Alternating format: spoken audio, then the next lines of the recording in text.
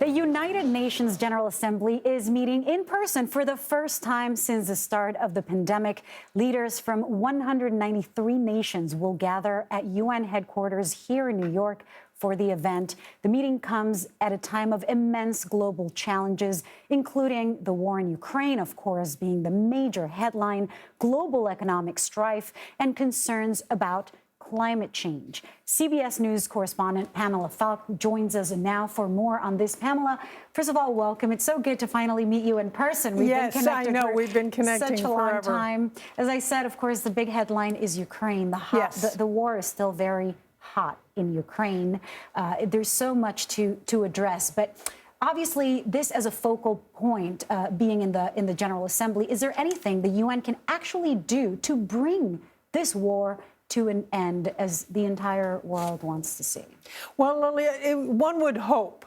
The U.S. ambassador to the UN, Linda Thomas-Greenfield, said yesterday there is a crisis of confidence at the United Nations, and that's because everyone's asking the question you're asking. And that is, why can't the UN? One of its first charter obligations is peace and security. But it's not really set up to do that. It's set up after a peace to try to keep the peace. Right. Now, that said, the UN has nibbled at the corners of this war in the sense that they have brokered a grain deal with Ukraine and Russia.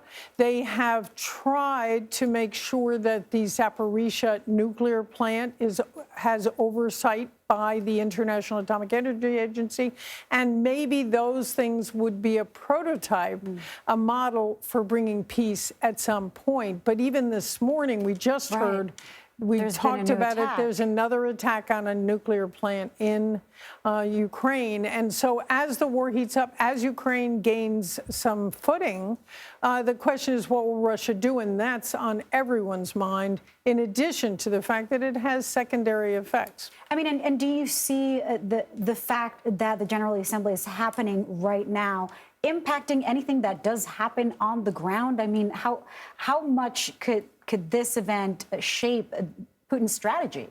Well, it certainly could, because you've heard from China that there are reservations about the war. We'll hear a lot from China. Xi Jinping is not showing up and Putin is not showing up, but their the foreign minister of Russia is, and China's representative will be there. So there will be a lot about what they can do and how isolated. I think that's what we'll see this week. And I mean, after last night's interview by Scott Pelley to President Biden, there's a lot of news that came out of that I'm sure is going to be very relevant to the week ahead.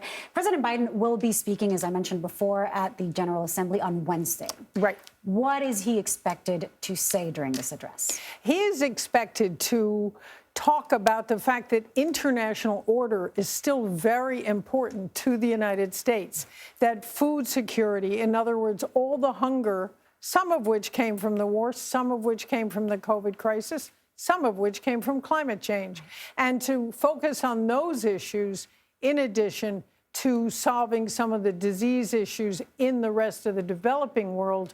U.S. is somewhat post-pandemic. The rest of the world is not. It'll be a heavy speech, and we'll all be watching and following your reporting. Pamela, thank you. Absolutely, Lilia. Good to be here.